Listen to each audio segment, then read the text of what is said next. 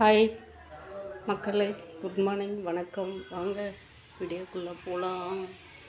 இன்றைக்கி வெள்ளிக்கிழமை, எல்லாரும் வீட்லேயும் விசேஷமான சாப்பாடு செய்கிறவங்களாம் இருப்பாங்க. எல்லாம் செய்கிறவங்களாம் இருப்பாங்க கோயிலுங்களுக்கு. சரி, எல்லாமே ஆஃபீஸ் கிளம்புறது, ஸ்கூலு, வேலைக்கு பரபரப்பாக போயிட்டு இருப்பாங்க. நான் வீட்டில் வெட்டி ஆஃபீஸ் இருந்தாங்க, கடைக்கு போவேன். நான் என் வேலை இருக்குது.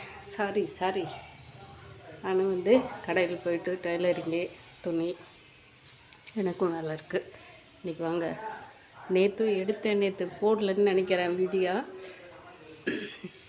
இன்றைக்கி பாசிப்பயிர் கடைஞ்சி, புளி போடாமல் தக்காளி மட்டும் பெரும் தக்காளி போட்டு வறுத்து, பாசிப்பயிர் முழுசாக இருக்கிறது வறுத்து, பூண்டு, சின்ன வெங்காயம் எல்லாம் போட்டு வேக வச்சுட்டு, அதுக்கப்புறம் நல்லா கடைஞ்சி கொஞ்சோண்டு மிளகுத்தூள், மஞ்சத்தூள் ஆல்ரெடியாக வேக வைக்கும் போதும் மஞ்சத்தூள் போட்டுருவேன். எண்ணெய் விட்டு தான் வேக வைப்பேன். மஞ்சத்தூள் போட்டு வேக வச்சு கடைஞ்சி, மறுபடியும் வெங்காயம் போட்டு, கொத்தமல்லி, கருவேப்பிலை போட்டு, கொஞ்சம் மிளகுத்தூள் போட்டு தாளிச்சிட்டேன், எடுத்து வச்சிட்டேன். அடுத்தது தோசை. இதாங்க பையன் சாப்பிடுவான்னு சொல்லிட்டு தோசை ஊற்றி வச்சேன். அவதியாக கிளம்பினான், வரவே இல்லை இன்னும் மேலே. அது முடிஞ்சுது. நேற்று வச்சு குழம்பு, வெண்டைக்காய் புளி குழம்பு இருக்குது. பாவக்காய் பொரியல் ரொம்ப நாள் வச்சு பாவக்காய் செஞ்சு, அதனால் நைட்டு வரும்போது தான் அப்பயும் பெருங்காய் இது மதன்னு இருக்கும். சரி, ரொம்ப நாளாச்சுன்னு சொல்லிட்டு பாவக்காய் எடுத்துக்கலாம்னு சொல்லிட்டு பாவக்காய் வாங்கிட்டு வந்தேன். தோசை ஊற்றிடலாம், மாவு இருக்குது, இது வச்சுருந்தா பிடிச்சிரும். தோசை ஊற்றிட்டு சாப்பிட்டு கிளம்புறதாங்க கடைக்கு. சாதம் கொஞ்சோண்டு இருக்குது, அவ்வளோதான். எனக்கு சாதம் வச்சாலையும் வேஸ்ட்டாக போயிடும். அதில் மாவு இருக்குது, இங்கே 2 தோசை இருக்குது.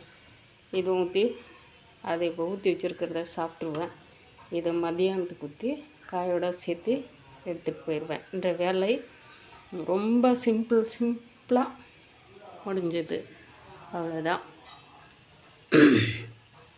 இன்றைய சமையல், என்னோடய சமையலெல்லாம் அவ்வளோதாங்க. அப்படி தான் இருக்கும். இந்த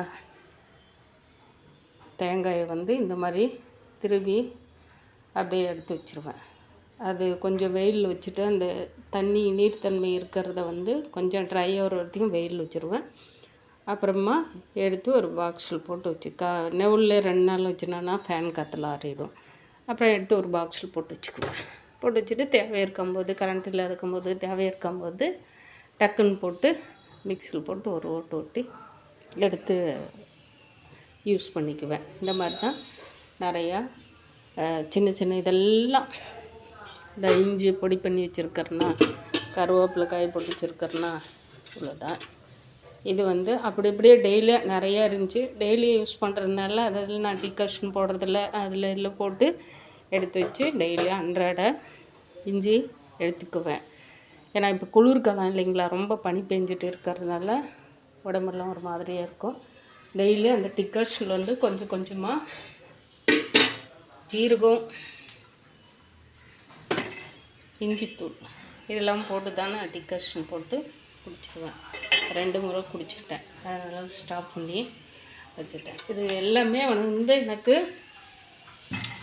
இதெல்லாம் ஒரு வேலையாக, இதெல்லாம் ஒரு பொழப்பா அப்படின்ற அளவுக்கு மக்களுக்கு தோணும். ஆனால் எல்லாமே நான் சிம்பிளாக இருந்தாலும் ஹெல்த்துக்கு என்ன ஆரோக்கியமாக இருக்குமோ அதை மட்டும் நான் அப்பப்போ எடுத்துக்குவோங்க. அவ்வளோதான். காலையில் ரொம்ப நேரத்தில் சாமி கும்பிட்டு இன்னும் விளக்கு எரிஞ்சிட்டு இருக்காங்க.